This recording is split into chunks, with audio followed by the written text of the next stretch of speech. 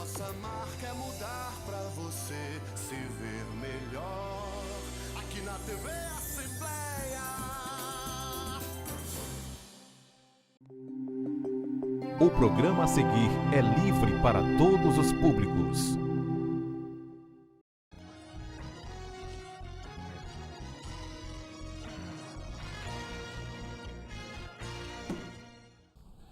Olá, amigos, estamos começando o programa Questão de Ordem, nesta terça-feira aqui, saudando você que nos acompanha diariamente pela TV Assembleia e você também que nos ouve e acompanha o programa pelas ondas do rádio na FM Assembleia 96,7, todo dia às 10 da noite, você também pode ouvir o programa pelas ondas da querida FM Assembleia Legislativa 96,7. O programa de hoje, nós vamos falar de uma história muito interessante.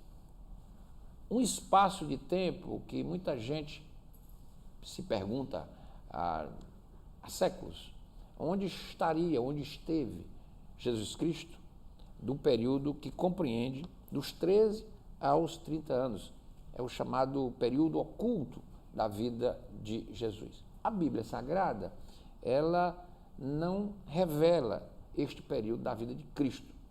Conta a história do nascimento até os 13 anos, depois Cristo reaparece já aos 30 anos, quando é batizado por João Batista no Rio Jordão, nas águas do Jordão, e aí ele começa o seu período missionário de pregações, de arregimentação dos seus apóstolos, que vai até o martírio no Gólgota, a crucificação na cruz e depois a ressuscitação.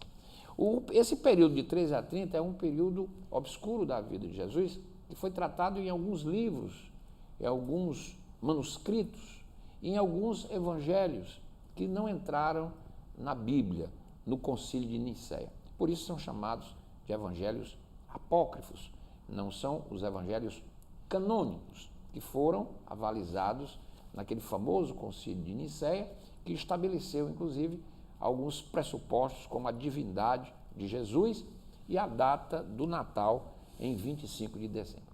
Eu estou aqui com um professor, ele é escritor, ele é historiador, ele faz pesquisa em loco, inclusive já foi à Terra Santa várias vezes para fazer pesquisas, ex-seminarista, né, estudou inclusive no seminário dos jesuítas aqui em Baturité, e ele tem uma história de pesquisa muito interessante. É autor de pelo menos 12 livros, eu posso citar aqui, por exemplo, Curiosidades da Bíblia e da História de Adão aos Nossos Dias. Eu posso falar, por exemplo, Os Grandes Mártires do Cristianismo, de Stephen A. Martin Luther King. Os Piores Traidores da História, de Judas Iscariotes aos Delatores de Lampião. Um outro livro interessante, lançado por ele, é Homens e Fatos que a Bíblia e a História nem sempre mencionam. Ou ainda, Os Terroristas Mais Cruéis da História, de Sargão II a Osama Bin Laden, no rastro de sangue do terrorismo internacional, ou ainda Os Piores Assassinos e Hereges da História, de Caim a Saddam Hussein, ou ainda os papas que enobreceram a história, desde Pedro, o primeiro papa da igreja antiga, até o atual papa, que é o sucessor de São Pedro, o Papa Francisco, o italiano o argentino, Mário Jorge Bergoglio. Eu estou aqui e recebo com muito prazer o Jeová Mendes, é com ele hoje o programa Questão de Ordem, como eu já disse, professor, historiador, pesquisador, ex-estudante jesuíta e escritor, não é, de grande ênfase desses temas bastante polêmicos e curiosos, e por isso tem levado o Jeová a um périplo e ser muito conhecido, inclusive, em rede nacional, onde ele sempre é chamado para grandes programas de entrevistas, como, por exemplo, ele era cadeira cativa no programa do Jô Soares, né?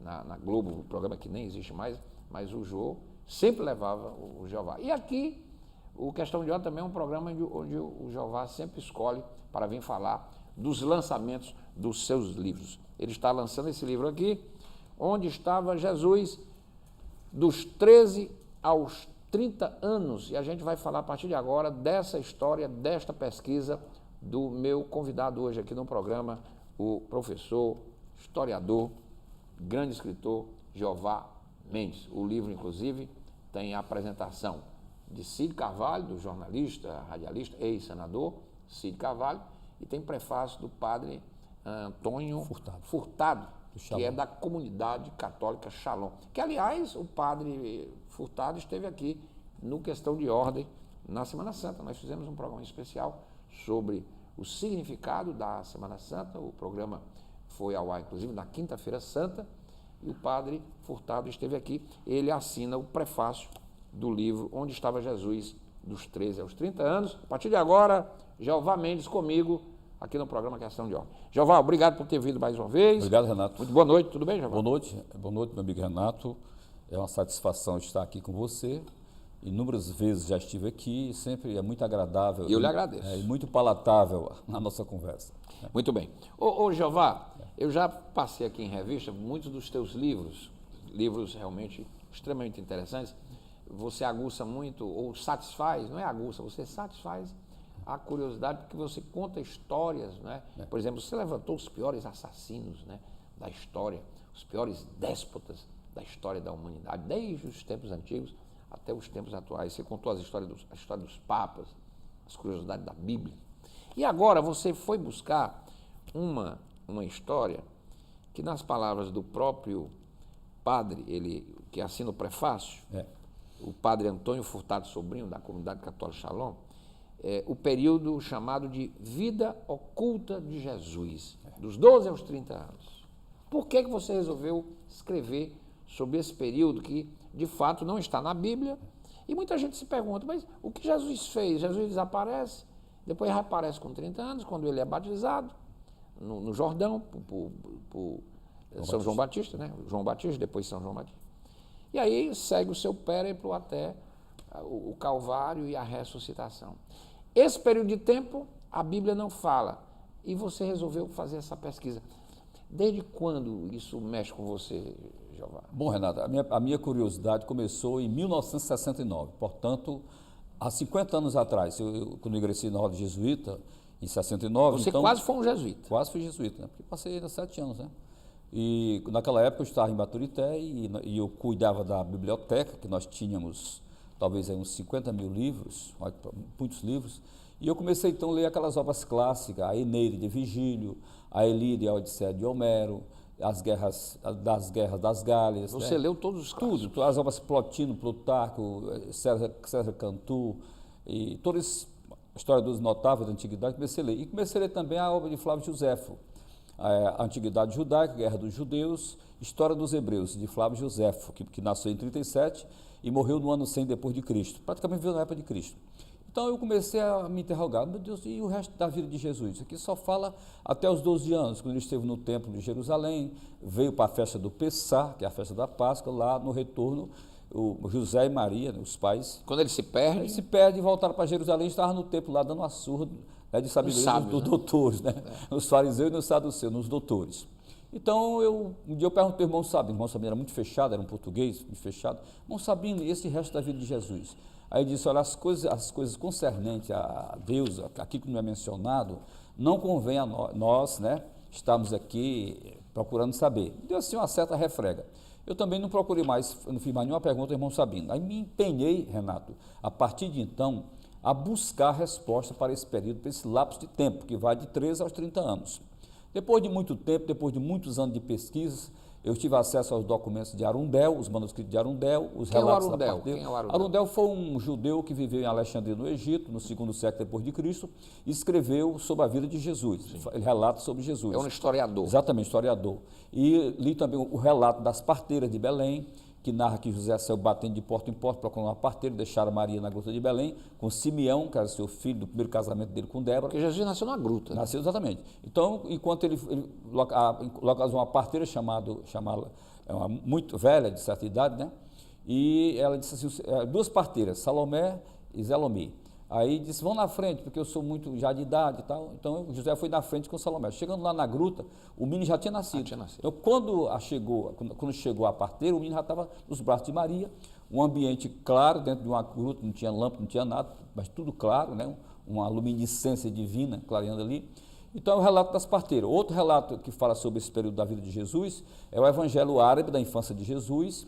Tem o outro Evangelho Árabe da infância de Jesus na língua armênia, no armênio.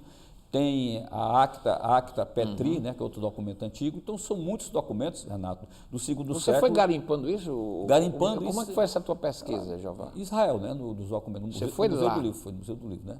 No Museu do Livro. Lá tem tudo, lá em Israel. Então, diferente do Brasil não tem nada, né? Não tem nada. Tem nada. Então, Aliás, você até me falou certa vez que além desse, você fez essa pesquisa lá na Terra Santa, o Vaticano tem um arquivo também espetacular.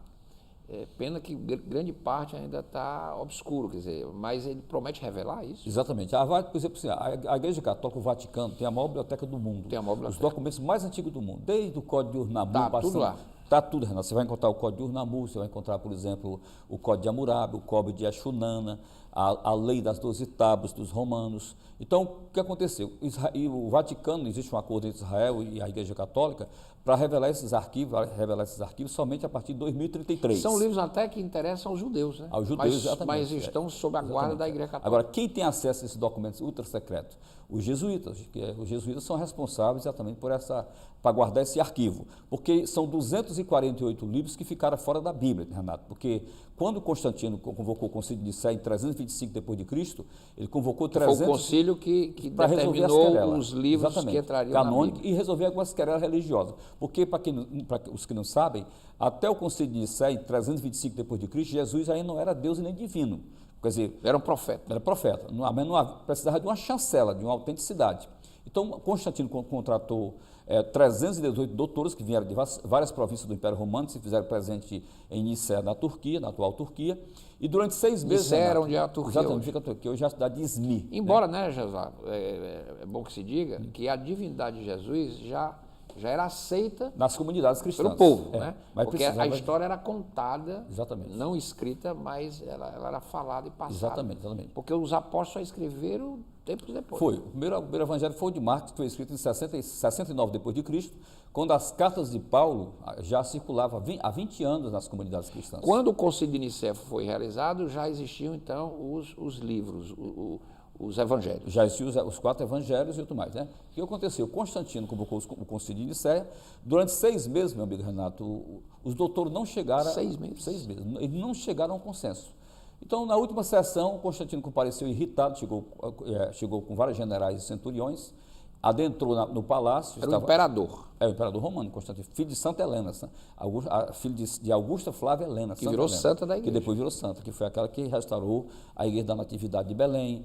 Ela construiu a igreja do Santo Exatamente, Sepulcro. Santo Sepulcro, a igrejinha, por exemplo, da Ascensão no Monte das Oliveiras.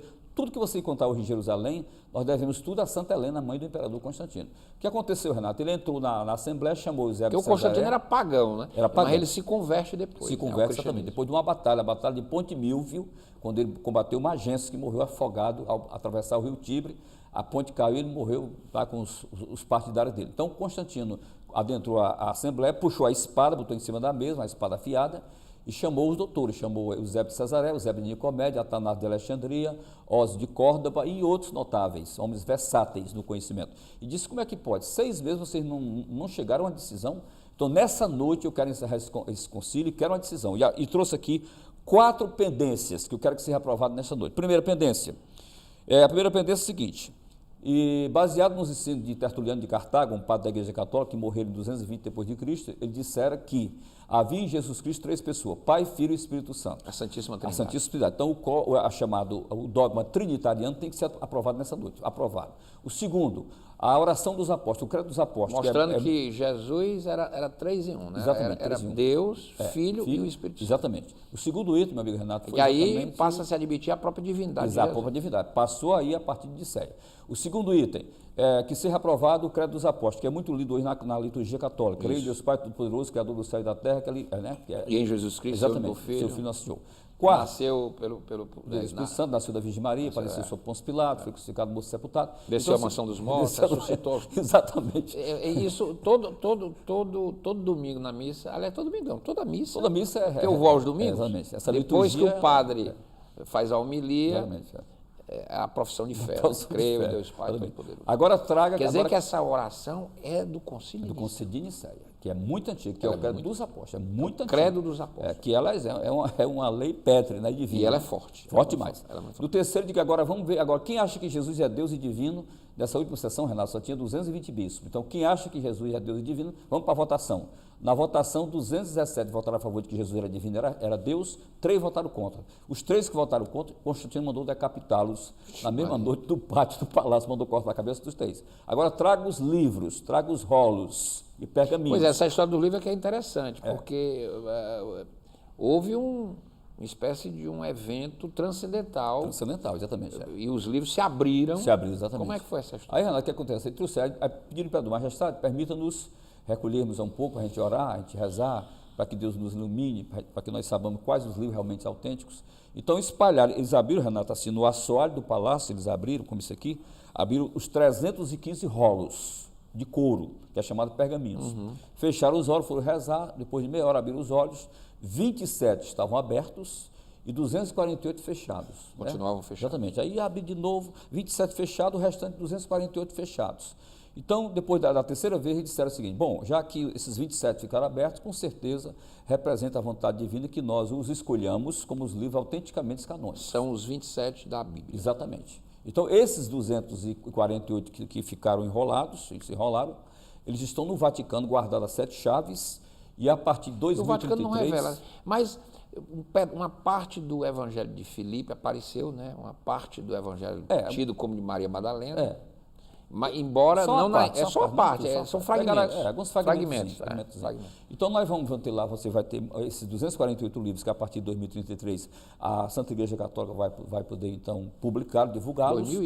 2033. Portanto, daqui a 14 anos. A gente vai estar aqui ainda, se Deus quiser, para presenciar isso. Deus concede que nós estejamos aqui para a gente presenciar Pedir isso. essa graça a Deus para a gente presenciar por quê? isso. Porque existe uma campanha, na realidade, existe uma campanha, Renato, vocês sabem muito bem, eu sou muito culto, sabe perfeitamente que existe no mundo as 13 famílias, que agrega outras 67 famílias, são 67 bilionários no mundo, 67 bilionários e 13 trilionários, que são as 13 famílias. Então, existe uma campanha mundial, secretamente, através de organizações que eu não posso citar aqui, são muito poderosas, existe um esforço inumano para poder afundar o cristianismo até 2040. Existe uma... você está dizendo algo aí que é muito sério, mas é verdade. As organizações secretas existem esse Inclusive, projeto. o próprio livro, o Dan Brown, que especula muito, mas ele especula com muita inteligência. Não aquele livro primeiro, o Código da Vinci. O Código da Vinci, que ele pega fragmentos do livro do Evangelho, também, mas tem Anjos e Demônios, em que ele usa o nome de uma sociedade secreta que ele chama de Illuminati. Os Illuminati, que são os Iluminados. E que tenta destruir literalmente o Vaticano. E nesse filme Anjos e Demônios, tem um momento em que o professor Robert Landon, que é o personagem do Tom Hanks, que está investigando, ele pede autorização para adentrar na biblioteca do Vaticano para fazer uma pesquisa. Exatamente. Reduto jesuítas. E passa como o Papa eles estavam um conclave reunido para eleger o futuro Papa, não tinha Papa, tem um Carmelengo, que é quem responde. Que é chamado camareiro. O camareiro. E os cardeais mais antigos, para ele entrar nessa biblioteca do Vaticano, ele precisou de não sei quantas autorizações. Não entra difícil lá. É impossível, hermeticamente.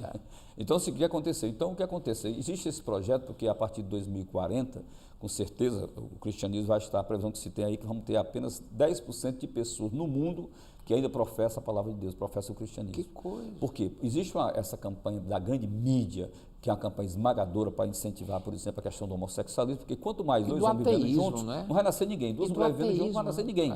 É também uma estratégia para diminuir a população do planeta. Casal homem e mulher, na verdade, a perpetuação da espécie não tem condição. Pressupõe não é, o gameta do homem e da mulher, quer dizer, o óvulo e o espermatozoide. Para poder gestar. Porque senão não gesta. Senão não gesta. Então, isso aí é biológico, é da natureza. Exatamente. Não então, tem como. Renato, existe a campanha para diminuir, que também é uma estratégia, né, desses poderosos, para poder diminuir a população do planeta. O incentivo ao homossexualismo. E um detalhe, viu, Jeová, que eu percebo, é como hoje grandes veículos de comunicação estimulam você falar mal de coisas sagradas. Exatamente. Estimula você atacar símbolos sagrados, sejam do catolicismo, seja do judaísmo, o ataque, é incrível como virou moda falar mal de Deus, falar mal de Jesus. É de praxe e repraxe. Eu não sei qual é o gosto que as pessoas têm de falar mal de Jesus. Mas é uma estratégia dos poderosos também para minar, né? Outra coisa, 2050, a previsão que você tem aí, eu recebi o relatório do meu filho lá em Israel. Seu filho é jesuíta. É jesuíta. Então, o que aconteceu? Lá em Israel, ele disse assim, que em cima de Israel, em cima do território de Israel, existem umas plataformas flutuantes, base militar acima da gravidade da Terra, chamadas as plataformas flutuantes, ou chamado também o domo de ferro. Por exemplo, qualquer inimigo que lançar um foguete contra Israel, o foguete é automaticamente destruído antes de atingir o alvo.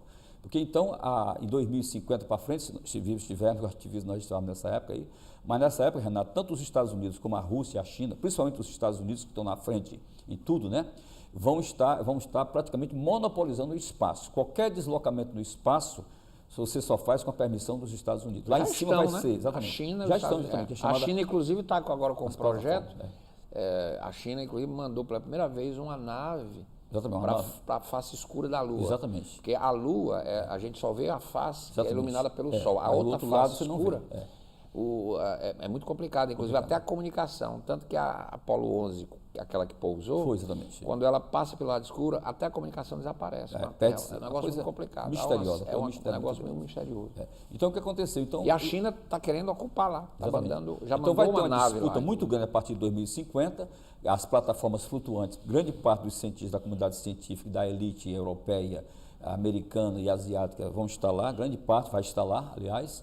Então, é a época de muitas novidades, e a religião oficial, no caso o cristianismo, porque é uma tendência muito grande das religiões, as religiões tradicionais como o cristianismo, o judaísmo, o islamismo, o budismo. Já me diga uma coisa, são 3 religiões monoteístas no mundo. O judaísmo, que é a mais antiga, o judaísmo é mais antigo. É mais antigo. Vem desde Abraão. Depois o cristianismo. Depois o cristianismo depois o islamismo. E o islamismo, que é de Maomé. Né? Exatamente.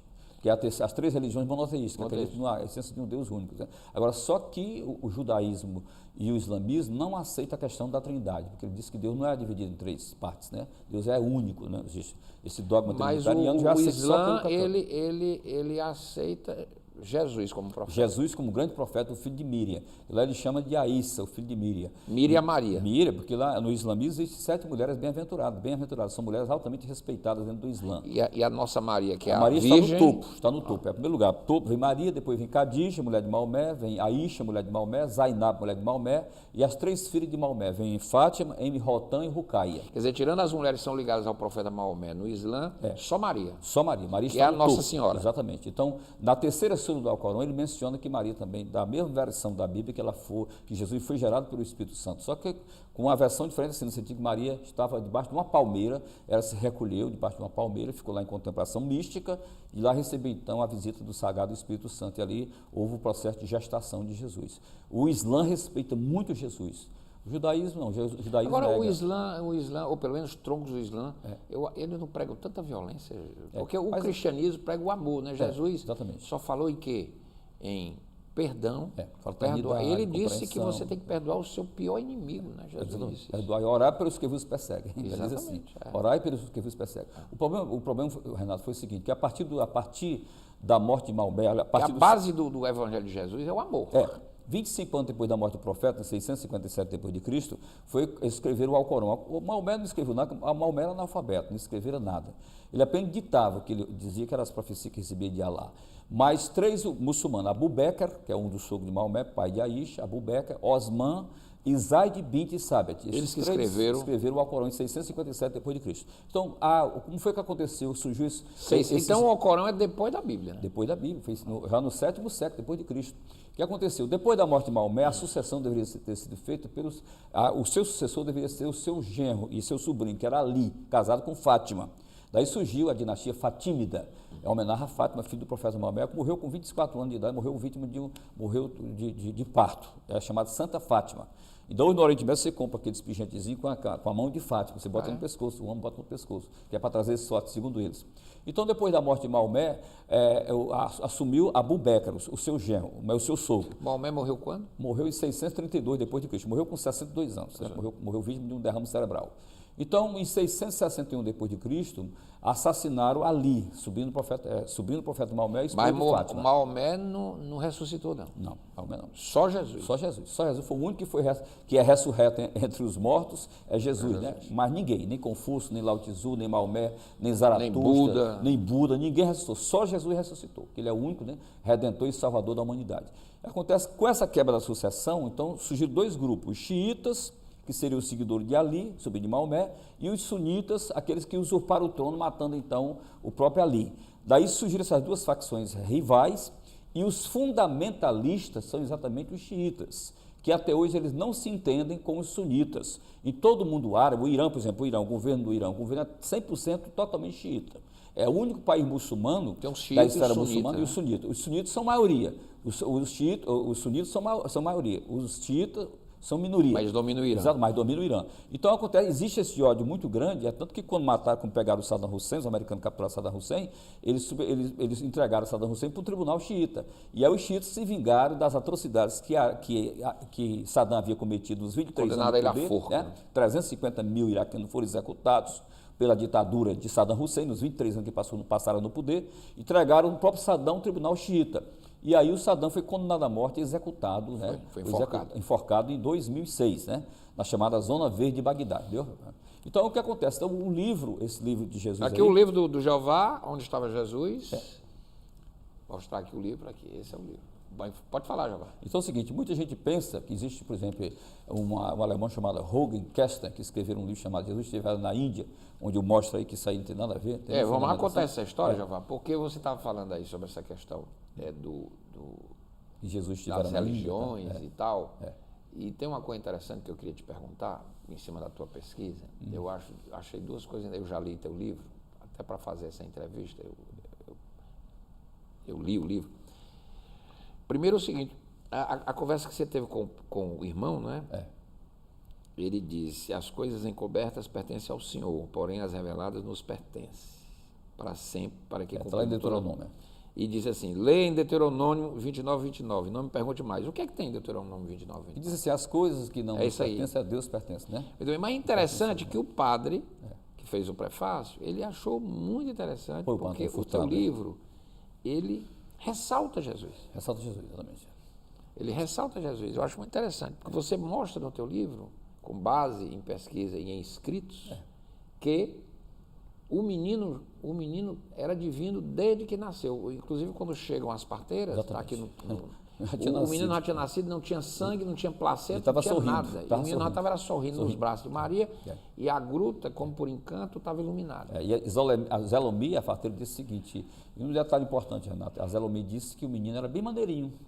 O menino era maneiro. É um mistério, bem maneirinho o menino, bem maneirinho. E não tinha sangue, não tinha placenta, não tinha nada. Mostrando que a concepção dele não foi uma concepção terrena. Exatamente. Foi uma coisa divina. Exatamente. Naquela noite, a quantidade de anjos que apareceu no espaço, aquela quantidade de anjos, e os pastores ficaram assustados. Não tenha medo não, que nasceu agora o Redentor da humanidade. Os anjos que, inclusive, visitaram Maria, né? O Gabriel, né? O Gabriel. E o próprio José, para explicar a ele que ele não tem mês, que ela continuava virgem imaculada. A gestação dela era proveniente do Espírito Santo. Não de homem, né? E os anjos também, você conta aqui, conversaram com os magos. Os magos, exatamente. Porque os magos, eles mudaram do caminho, porque o Herodes estava querendo saber onde estava o menino para matar o menino. Eles pegaram outro caminho voltando para a Pérsia, né? Porque era Gaspar, Baltazar e Belchior. Eles vinham seguindo a estrela desde a Pérsia, viajaram 1.600 quilômetros em cima de camelos, uma caravana de camelos, né, em busca da estrela, seguindo a estrela até Belém. Quando chegaram em Belém, exatamente onde estava a casinha em que José saiu da gruta e arranjaram uma casinha, lá botaram, que era um antigo estábulo, botou ali os paninhos, botou Maria com muita dificuldade, e ali a estrela ficou bem baixinha, em cima da casa, com aquele haste luminoso em cima da casa. Aí chegaram aqui, entraram na casa, estava lá o menino, viu? Estou aqui com o Jeová Mendes, que está lançando esse livro, Onde Estava Jesus, dos 3 aos 30, que está lá na Casa da Bíblia, que fica ali na Galeria Pedro Jorge, não é? Está também na livraria do Shalom, na Maria Tomás. Do Shalom. Na própria sede do Shalom. está também na Avenida 13 de Maio, 1173, no Cantinho do Diabético. No Cantinho do Diabético. Exatamente. Do nosso amigo... Do Nivaldo. Do Nivaldo. Nivaldo Nivaldo é Neto. um grande amigo nosso. Então, no Cantinho do Diabético, na 13 de Maio, no 1173, Shalom, na no Maria Shalom, Tomás. E na Casa da Bíblia, que é o principal núcleo de Bíblia, venda. Principal que fica ali na Galeria Pedro Jorge, no centro de Fortaleza. É o grande ponto de venda. Agora, Jeová, tem uma coisa interessante você falando aí. Os judeus, eles foram inclusive manipulados, né? Aquele grupo que estava no famoso julgamento, né? Que foi uma incúria, né? Foi, exatamente. Porque o Pôncio Pilatos não queria crucificar, a própria Bíblia registra, ele diz, não, eu não vejo nada, ele não cometeu crime nenhum. O próprio Herodes, levaram ele a Herodes. Foi. Aliás, levaram a Pilatos, Pilatos disse, olha, ele não é daqui não, a jurisdição dele é Herodes, mande para Herodes. Mande para a jurisdição dele. Porque o Pilatos não queria Se envolver. Não, mande para Herodes, não é problema meu não, ele não é da Galiléia, então mande para lá. Está na jurisdição de Herodes. O Herodes disse, não, o Herodes conversou com ele. Não, isso é com Pilatos. Esse problema de Pilatos, volta para Pilatos. É. E ele não via, e até a mulher dele, como é o nome da mulher do Cláudia Prócula. A Cláudia disse, não te envolvas com esse justo, porque esta noite sofri muito por sua causa, né? Pronto. De sonho, né? E aí houve uma manipulação daquele auditório por Caifás e Anás. E Anás. E Sabi Potuculã, que era o decano do maior acusador. Sinédrio, né? Era chamado Sabi Potuculã, que era um velho já de seus 90 e poucos anos. Porque foram eles, na prática, que condenaram Jesus. Já condenaram na prática. Eu tenho uma relação de todos que assinaram a sentença de morte de Jesus. No meu livro Homens e Fatos que a Bíblia não registrou, eu trago a relação daqueles que assinaram a sentença de morte Quantos de Jesus. foram? Foram 12. 12. Representando as 12 tribos de Israel. As 12 tribos de Israel. Exatamente. Então, Renato, quando na Vila do Mau Conselho, que fica próximo do Monte das Oliveiras, onde ficava a residência dos poderosos lá dos saduceus, dos fariseus, eles tomaram a decisão e disseram o seguinte, está na Bíblia, né? É preferível que este homem morra do que a nação toda. Está na Bíblia. Tá. É preferível que este homem morra do que a nação toda venha perecer em decorrência desse agitador. Então, quando Pilatos não queria matar Jesus, Pilatos disse, lavou as mãos e disse, olha, eu sou inocente do sangue deste homem. E a Porque tinha uma tradição na Páscoa de libertar um prisioneiro. Exatamente. Aí tu disse, vocês querem que eu solte quem? Vocês querem que eu solte quem? Jesus Barrabás ou Jesus de Nazaré? Porque Barrabás também era chamado o mesmo nome, Jesus Barrabás. Solta Jesus Barrabás e mata este, que era Jesus de Nazaré. Jesus de Nazaré. Então, na hora que ele lavou as mãos, disse, eu não tenho nada, estou livre do sangue desse justo. A multidão gritou em uníssono, que o seu sangue caia sobre nós e os nossos filhos. A partir daí, Renato, nunca mais Israel teve paz. Israel teve paz. Nunca mais Israel teve paz. E um detalhe é que o Pôncio Pilatos, ele fez uma grande ironia com o povo judeu. Ele mandou colocar a coroa. Foi. E botou lá em cima, Jesus Nazareno, rei dos judeus. Exatamente. Aí foram reclamar lá e disse, ele se o que eu escrevi está escrito, acabou. Está escrito, acabou. Estava abusado, disse, não. Porque o Caifás foi lá pedir para ele tirar a placa. Tira aquilo, disse, que ele era rei dos judeus, não. O que eu escrevi está escrito. Está escrito. E ele botou de propósito, rei dos judeus, quer dizer, você mataram o seu próprio rei. 3 anos depois, Renato, ele foi deposto pelo imperador Tibério César e mandaram para as Gálias, que é uma região que ele fica... morreu como, você sabe? Segundo a história, morreu em torno de 41 anos. Morreu no Ele morreu sem nada. Morreu no ano 41 poder, né? depois de Cristo. Ele morreu em torno de 41 depois de Cristo. Ele suicidou-se, jogou-se até dentro de um lago, que hoje esse lago fica entre a Suíça e a França. Ele perdeu o prestígio, né? Perdeu o prestígio, né? E Cláudia Prócula, ele ficou demente, né? Ele ouviu uma voz que dizia, falava no ouvido dele. A voz dizia, sangue inocente, breve há de ser vingado. Sangue inocente, breve há de ser vingado. E ele viu uma sombra do lado dele. Ele ficou com remorso, né? Ele ficou perturbado. Porque ele sabia que Jesus não tinha crime nenhum, né? E então o que aconteceu? A Cláudia Prócula arranjou 2 escravos para cuidar dele. Um dia ele saiu correndo, jogou lá nas Gálias, em Viena, jogou-se dentro desse lago, um lago muito profundo, e aí não voltou mais. Hoje tem até o Monte Pilatos, onde tem um local lá que diz que é o túmulo dele, que fica entre a Suíça e a França, um lugar chamado... Inclusive o túmulo de Pilatos foi encontrado. Foi encontrado. Porque as pessoas, alguns incrédulos... Que é chamado Pilatosburgo. Isso, alguns incrédulos... inclusive, tem até o local onde Jesus... O Santo Sepulcro, onde fica a igreja, né? Onde fica a igreja. O túmulo de Pilatos foi encontrado recentemente por escavadores. Foi escavadores, fizeram escavação. Tem inclusive o nome. Os arqueólogos, tem lá, Pilatos. Portanto, Pilatos é uma figura histórica comprovada. Ele era filho de um general chamado Marco Pôncio, que tinha... Marco Pôncio foi um general romano muito valente, que lutou contra os bárbaros na região da Cantábria. Ele lutou muito. Por uma curiosidade que os nossos telespectadores ouvintes, Jeová, quando Madalena volta ao túmulo, que era de José de Arimateia, Exatamente, de Arimateia. Porque Jesus foi untado, conforme a tradição Foi, exatamente. judaica. Exatamente. Mas aí, quando deu aquela hora que começou o sábado, Exatamente. Tinha que suspender tem que suspender. tudo, é. E recomeçava só depois, Exatamente. que era até 6 horas da tarde, porque o horário era diferente. 6 horas e 1 minuto já era outro dia. Já era outro dia. Não é meia-noite, era 6 Lá horas. o dia começa de 6 da manhã às 6 da noite. Exatamente. Aí Maria, estava lá Maria, estava Maria Madalena, Maria, mãe de Marcos. Maria mãe de Marcos, e Maria, eles mãe de estavam untando o Jesus. corpo, que era a tradição. Exatamente, Para depois de 4 dias o Espírito. exatamente. Só que não deu tempo, deu 6 horas, tiveram que parar, Tiver porque que era o parar sábado. para recomeçar no... Né? Aí Maria Madalena foi só. Quando só. ela chega lá, o túmulo está aberto e não tem mais o corpo, não tem mais ninguém. E aí eu pergunta que eu lhe faço é o seguinte, qual é a versão dos judeus? Porque aí ele reaparece, aparece a Maria Madalena, aparece aos apóstolos, aparece aqueles dois, né, que estavam Exatamente, Tiago e João. de Emaús, né? E Caminho de Emaús. Lá e foi Lucas e Cleófas. E ele passa 6 meses aparecendo, né? Segundo a Bíblia, ele aparece apareceu durante muitas vezes, durante os 6 meses posteriores, ele aparece para muita gente. O caminho de Emaús é fantástico. Do caminho de Emaús ele faz o seguinte, está na Bíblia isso também. na Bíblia. E um detalhe é o seguinte, aí começa a correr a história da ressuscitação, inclusive ele apareceu aos apóstolos. O que os judeus dizem disso? Porque eles não acreditam. Porque, os judeus, Porque o corpo nunca mais apareceu, até hoje. Porque no Talmud judaico, no Talmud dos judeus, na Mishnah, na Gemara, que são os livros do judaísmo, muito antigo, e principalmente o Talmud, eles falam o seguinte, que o Messias dele virá nas nuvens, não montado no jumento, né? Então, o que é que eles Mas dizem? eles procuraram o corpo de Jesus e nunca acharam. Quando o procurador, quando o centurião Petrônio, o soldado vinha dizer que tinha havido uma explosão, um clarão, e ele tinha ressuscitado, o centurião falou com Caifás e Anás, pegaram muito dinheiro, ó, joga para os soldados, para o povo, e diga para os soldados que enquanto eles dormiam, os apóstolos vieram e roubaram o corpo. Exatamente. Essa versão caiu por terra, né? E acontece o seguinte, o centurião Petrônio, tanto que o próprio centurião, quando estava na cruz do Calvário, olhou para cima e disse assim, verdadeiramente esse homem era o Filho de Deus. É verdade. O próprio centurião Petrônio, que era o comandante da guarda de Jerusalém, que ficava acantonado na Torre Antônia. Então, o que aconteceu, Renato, que quando Maria Madalena o viu, ele ressurreto, correu para avisar os apóstolos, e disse, essa conversa de mulher, rapaz. Se o senhor tivesse que aparecer, iria aparecer a nós homens, a mim, a Tiago, a João, a mulher, e não a mulher. A mulher ainda hoje, no mundo mulher, muçulmano, ela vale é cidadã de 5ª categoria. Não vale nada. Não vale nada. Não fala nem com a gente.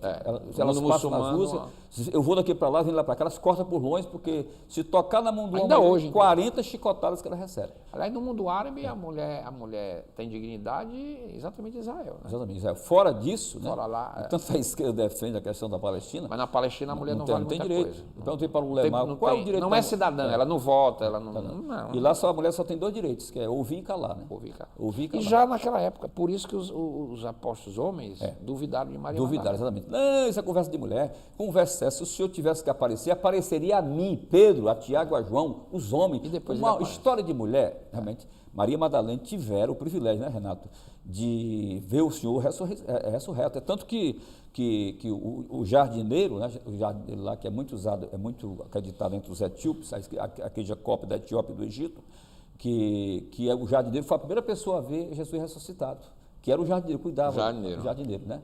Que lá ele é muito reverenciado na Etiópia, na região da Etiópia, região da Eritreia, entre os cóptas, ele é muito reverenciado porque foi a primeira pessoa que viu Jesus ressuscitado, né? Tem uma história aqui no teu livro, que já o Jeová vai responder a grande pergunta. Onde estava Jesus dos 3 aos 30? Esse período, Exatamente. na pesquisa dele, onde é que Jesus esteve? O que é que ele fez? Segundo os escritos, está documentado em vários livros, não na Bíblia, mas em vários livros, e até mesmo em evangelhos, chamados apócrifos, que não entraram no concílio inicial na Bíblia, inclusive de Filipe e de outros. Aqui você conta a história dos apóstolos, muito interessante, porque você conta a história da família de José, da família de Maria. A família de José era pobre ou era rica? Era pobre. Não, pobre. Né?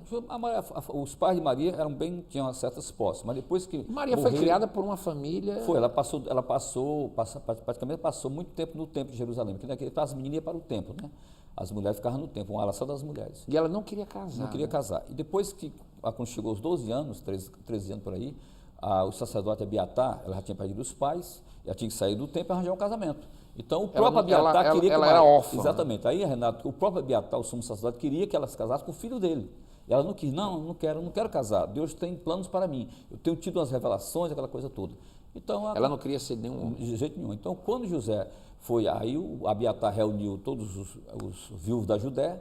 No meio dos viúvos veio um velho, já de 70 e tantos anos, que era José, que era primo de Maria. José já era velho. Já era velho, 70 anos. Então ele chegou, cada um com o seu cajado e com um nome, né? Com o nome de cada cajado. Uma varetazinha de madeira seca. Entregou os cajados, daqui a uma semana vocês voltem aqui, que nós vamos orar e Deus vai cariar, vai dar uma definição, quem que vai ser o marido dessa menina. Depois de uma semana eles voltaram lá, chega lá, quem é fulano de tal? Eu. O sacerdote entregava a vareta. Quem é fulano de tal? Eu. E entregando as varetas. Quando chegou na vez de José, a vareta havia florescido, e um perfume começou a exalar, né? É você. É você. Mas não faça isso comigo, não faça, eu sou velho, eu não tenho. Porque José virou um motivo de chacota, velho, a menina nova. Não dá, os meus amigos vão fazer chacota comigo, e eu já estou velho, eu já estou prestes a morrer, já estou próximo a morrer. José, não insiste, José, é a decisão divina.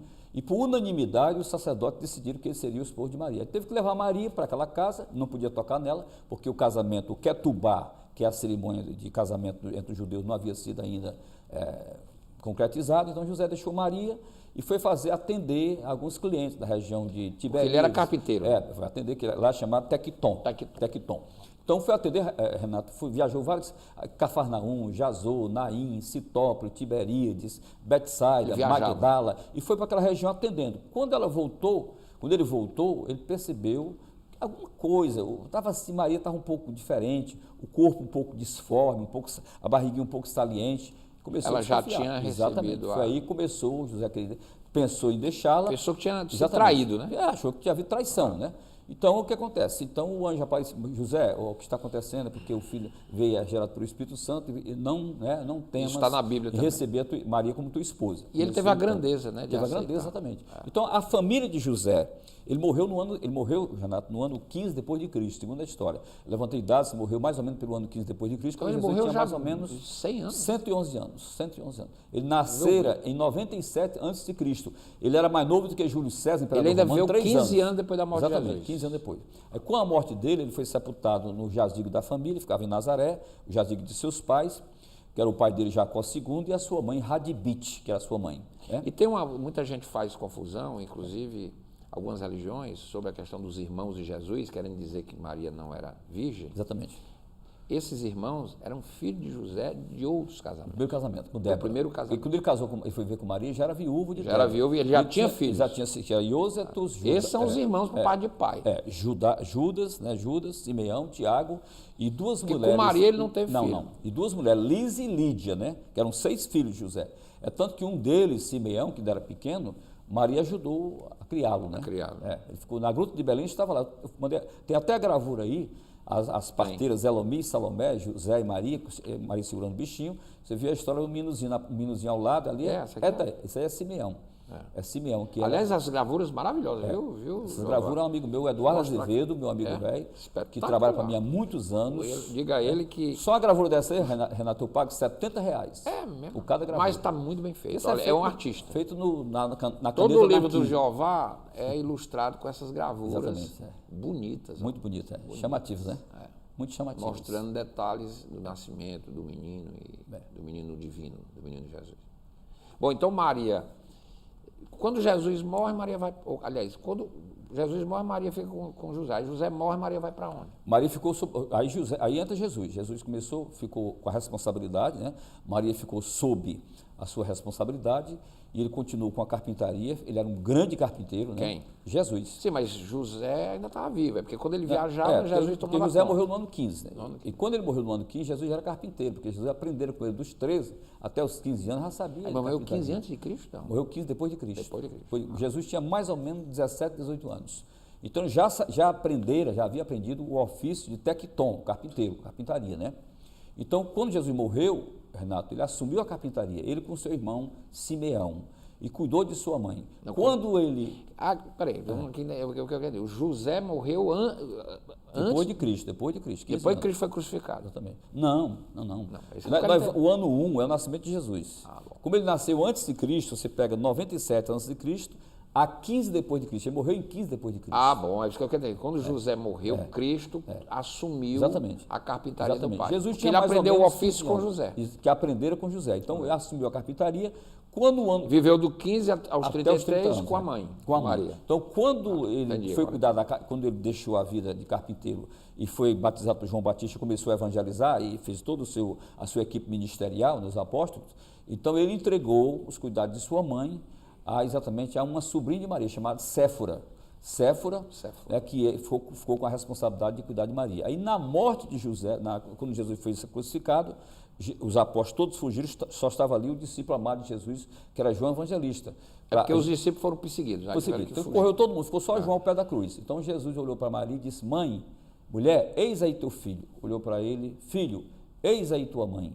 Então, aí entra a história. Aí, João a levou para a cidade de Éfeso, na Turquia, onde ele foi apacentar aquela igreja.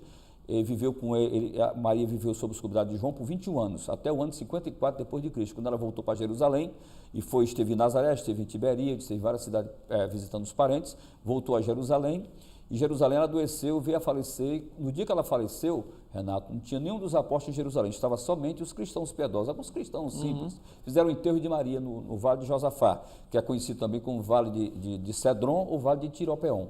Então botaram o corpo de Maria lá. Uma semana depois, os apóstolos começaram a chegar a Jerusalém e tomaram conhecimento que Miriam, que é chamada Miriam, que chama Maria, Miriam, a mãe do Senhor, havia falecido. Então, um grupo de apóstolos desceu ao Vale de Josafá, foi ao local lá do túmulo, removeram a pedra tumular e encontraram somente os lençóis perfumados. E o corpo dela não estava lá. Que é o que a Igreja Católica Exatamente. É o dogma da Assunção de Maria. Os próprios muçulmanos ela foi defendem levada, essa ideia de que ela fora trasladada aos céus, como foram Enoque e Elias do Velho Testamento, né? Maria não vê que tinha menos mérito que Enoque e Elias, que foram arrebatados no mundo antigo, né? A arrebatação dela foi digamos assim, um reconhecimento do trabalho, exatamente, da importância dela. E o anjo disse, está lá em Lucas, capítulo 1, versículo 48, o anjo disse: tu serás a mais bem-aventurada entre todas as mulheres. As mulheres, não existe uma mulher no mundo mais bem-aventurada, mais bem-aventurada do que Maria, né? Maria. A mãe do Redentor da humanidade, a mãe de Jesus, né? Muito bem. E quer dizer, então, quando os apóstolos chegaram lá, o corpo também não estava. E estava lacrado, a pedra lacrada, tirada com muita dificuldade. Ela não a ressuscitou, pedra, ela foi trasladada. Trasladada para a vida eterna. Exato, para a vida eterna, aos céus. Isso aí, se você chegar em qualquer país muçulmano, entre os muçulmanos, ele diz: Miriam, a mãe de Aíssa, subiu aos céus. Ninguém é louco para dizer não, porque você não. É um negócio ele complicado. mata, viu? Ele mata mesmo, os muçulmanos. Bom, o João Evangelista, você falou, que levou Maria, que cuidou de Maria, foi o único apóstolo que não foi martirizado. Foi, morreu no leito dele. Todos os outros morreu com mais de 100 anos. Foram mortos, todos foram foram torturados, martirizados. Todos foram martirizados, menos João. Morreu no ano 100 depois de Cristo. Quando ele morreu... É o que escreveu o Apocalipse. Escreveu o Apocalipse, escreveu também os Evangelhos. O Evangelho de João, O Evangelho de João e o Apocalipse. O livro do Apocalipse. Ele foi mandado pelo imperador Domiciano, que era irmão de Domiciano, irmão de Tito, que invadiu Jerusalém no ano 70. Os dois eram filhos do imperador Vespasiano. Então, só que o Tito era uma pessoa muito boa. Era tão boa que a história o cognomina como delícias do gênero humano. Ele era tão bom, Renato, que no dia que ele fazia uma caridade, ele entrava no Senado Romano e dizia assim: meus amigos, entrava no Senado Romano e dizia: meus amigos, hoje eu perdi o meu dia. No dia que ele não fazia uma caridade ao próximo. Então, era chamado delícias do gênero humano. Morreu com 45 anos, morreu com câncer na língua. Então, o Domiciano, que foi perseguidor dos cristãos, mandou João para a ilha de Pátimo, e lá em Pátimo ele ficou 1 ano, já em idade bastante avançada, voltou para Éfeso, e lá em Éfeso ele escreveu então Apocalipse. O que ele escreveu não foi na ilha de Pátimo, ele escreveu em Éfeso, na Turquia. Em Pátimo ele tivera apenas as revelações divinas. Né? Deixa eu mostrar essa gravura aqui. Muito bonita, né? Na Gruta de Belém. Os três magos. Os três magos. Gaspar, Baltazar e Melchior. O jumentinho e o boi. O menino, um jumentinho e um boi, né? O boi, Literalmente na gruta. Aí é exatamente a Gruta de Belém. É muito... Esse rapaz que faz as gravuras. Ele é um artista. Qual é o nome dele? O Eduardo Azevedo. Espetacular. Esse rapaz é fantástico. Muito bonita as gravuras dele no teu livro. Ele é um artista, ele faz... Ele dá um tchan no com a igrejinha, com uma canetinha chamada Nanquim. Eu entrevistei aqui um padre que é jesuíta, que é o padre Duarte Lara. É um padre exorcista, inclusive. Ele é português. E ele até disse assim uma coisa interessante. Competentíssimo. Esse teu livro aqui me fez refletir sobre isso, quando você fala que dos apóstolos, todos foram martirizados, morreram, segurando, foram torturados, queimados, decapitados, e não arredaram o pé do testemunho das suas convicções da verdade. Da verdade. Talvez seja a maior prova da divindade de Jesus, porque depois que ele já tinha sido morto, só que ele ressuscitou e apareceu a ele. E aí os apóstolos, pode fazer o que quiser, mas eles morreram defendendo. E não abriram mão. Não abriram mão. Não abriram mão. Todos foram martirizados. Pedro foi menos o baixo, Paulo decapitado, né? Paulo decapitado. Nas águas salvianas, chamada próximo à Via Ápia, né? A pancada foi tão grande do soldado romano Fúvio que a cabeça dele saiu do corpo, bateu no chão. Paulo, né? Subiu, assim de Paulo. Bateu 3 vezes no chão. Nos 3 locais. Pedro foi crucificado de cabeça para baixo, porque ele pediu. Porque ele pediu. Porque Pedro ficou na prisão na prisão. Em Roma, né? Foi em Roma. Paulo na Mamertina, né? E Pedro ficou numa prisão mais inferior, que ele era um pescador, né? E tinha que ser crucificado. E Paulo, a igreja de São Pedro é construída em cima do túmulo de Pedro? Exatamente. O túmulo fica na subterrânea. O túmulo é subterrânea. Que ali por dentro, Renato, ali por baixo é uma cidade. É uma cidade. A antiga Roma, né? A antiga Roma. Por baixo, tudo refrigerado, os palácios, os arquivos, as coisas mais lindas do mundo. Ali, inclusive a tumba dos papas, né? E a tumba dos papas. Ali tem muitos, os papas são todos lá mumificados. Quase todos estão mumificados.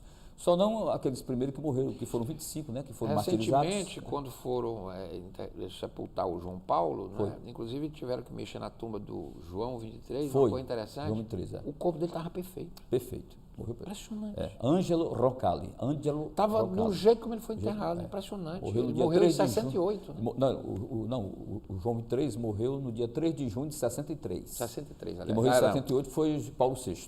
O Paulo VI morreu em 78. Ele era Giovanni Montini. Também italiano. Ele reina de 63 a 78, o papa dele. Aí João Paulo I entrou. Karol Wojtyła. Exatamente. Foi um dos papas mais aí entra longevos. João Paulo I, que foi assassinado pela máfia. Foi 30 dias. Foi 30 dias. Foi a máfia. Está no meu livro, Os Papas que Enalteceram a Humanidade. Foi a máfia. Está no filme Poderoso Chefão, né? Ele mandou Poderoso Chefão 3, né? umas corrupções do banco, do Ambrosiano, junto com o Instituto de Obra Religiosa, que é o IOR, que é o Banco do Vaticano. E aí mexeu com o cardeal Paul Mancinkus, aquele... Mancinkus, o Mancinkus, que dava 2 metros de altura, que ele era a segurança do Papa. Esteve aqui no Castelão. Ele esteve aqui no Castelão. Eu estava no Castelão, ele passou perto de mim, é um homem zarrão. Você viu, né? Um americano, muito culto, falava muito impressionante. Eu olhei para ele, falava todo de preto. Falava até mandarim, falava russo. Ele passou, porque eu estava dentro do Castelão. Ele passou, né? Ali perto do Papa, eu vi o Papa bem pertinho, porque eu era informante turístico do Congresso Eucarístico, do 10º Congresso. Na época, eu era aluno marista. Foi julho de 80. E o Papa passou a 2 metros de mim, o Papa João Paulo.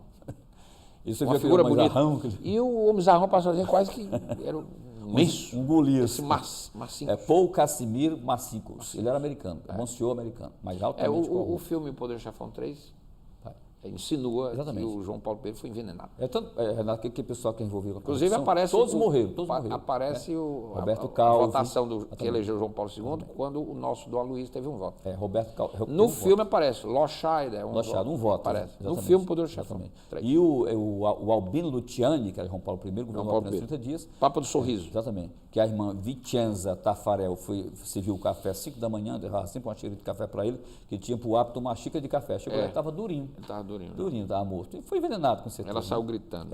Aí quando João Paulo II, o Karol Wojtyła, assumiu o lugar de João Paulo I, ele sabe de todos os esquemas, mas ficou na dele lá. Mandou investigar mais de forma secreta, sem divulgar o nome de ninguém, porque senão ia morrer mais gente, né?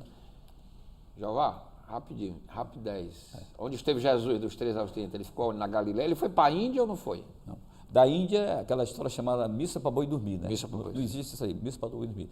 Ele nunca saiu da Palestina, levantei dados sobre isso. Ele ficou na Galileia, cuidando da sua carpintaria. Era uma época de muita miséria naquela época, as crianças gritavam de fome, as crianças diziam... É verdade que ele também saía para meditar, ficar só... Ele ia para o deserto, meditar. Levava vinho, levava pistachos. Ficava meditando. Levava tudo, né? E colhia o gafanhoto, comia o mel da própria fauna, né? Ficava meses e meses lá, voltava. Certa vez Maria disse, meu filho, você está se ausentando muito, nós estamos perdendo, você está perdendo a sua clientela. Ele chamou todas as pessoas, né? Chamou os clientes e disse o seguinte, eu vou ter tanto tempo para atender vocês e tanto tempo para meditar. É verdade que os animais protegiam Jesus? Protegiam exatamente. Leões, leopardos, chacais. Que protegiam. Exatamente, protegiam.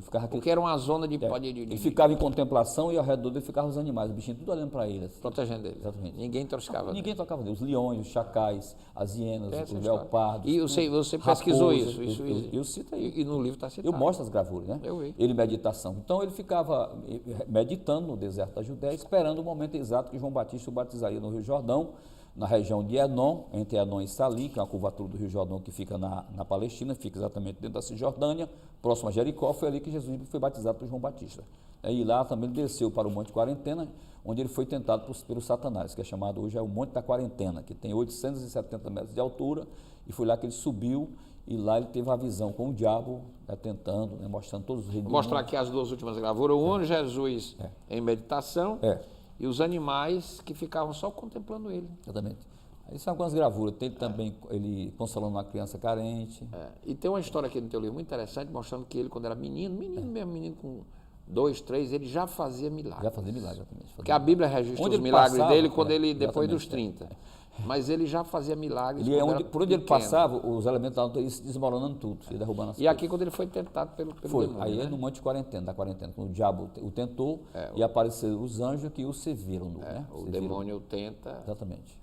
Aí é que os muçulmanos... Tem uma oração muito bonita de São Bento, né? Cruz sagrada seja minha luz, não seja o dragão meu dia, afasta de mim Satanás. São Bento de Núcia, que é o fundador do monasticismo ocidental, no Monte Cassino, na Itália. Aliás, eu fui ao... Ele era irmão da primeira freira. Foi ao mosteiro de São Bento em São Paulo, a coisa mais linda do mundo, lá em São Paulo. Você esteve, né? Inclusive eu vi o mosteiro, eu estive lá, conheço o mosteiro lá, conheço. Ele diz, afasta de mim, né? Satanás não me oferece coisas vãs, morre tu mesmo com o teu veneno. Exatamente. Para trás, Satanás. Para trás, Satanás. Não tentarás o Senhor teu Deus, somente a Ele te curvarás e a Ele adorarás. Tinha como lema...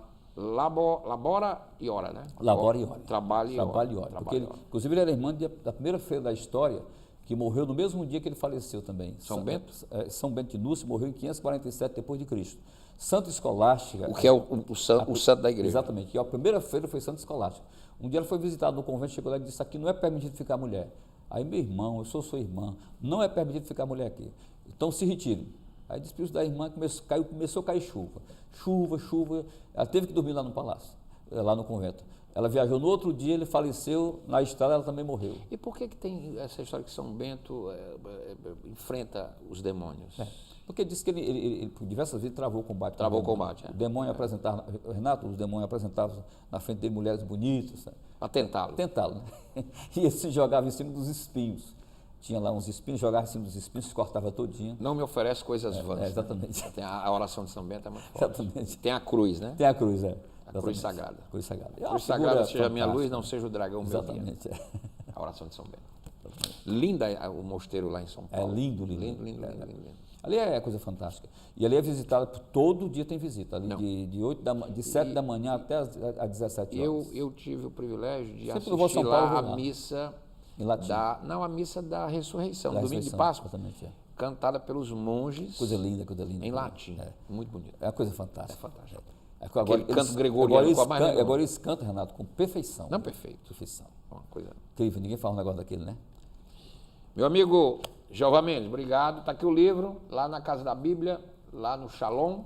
E também no Cantinho do Diabético, na Avenida 13 de Maio, 1173, no Cantinho do Diabético. Vai lá na Casa da Bíblia, porque da Casa da Bíblia... Lá tem tudo. E tem outros livros meus também. Que é lá na Galeria Pedro Jorge, famosa galeria aqui de Fortaleza, né? Ali perto da Praça José de Alencar. Entre a General Sampaio e a Senador Pompeu.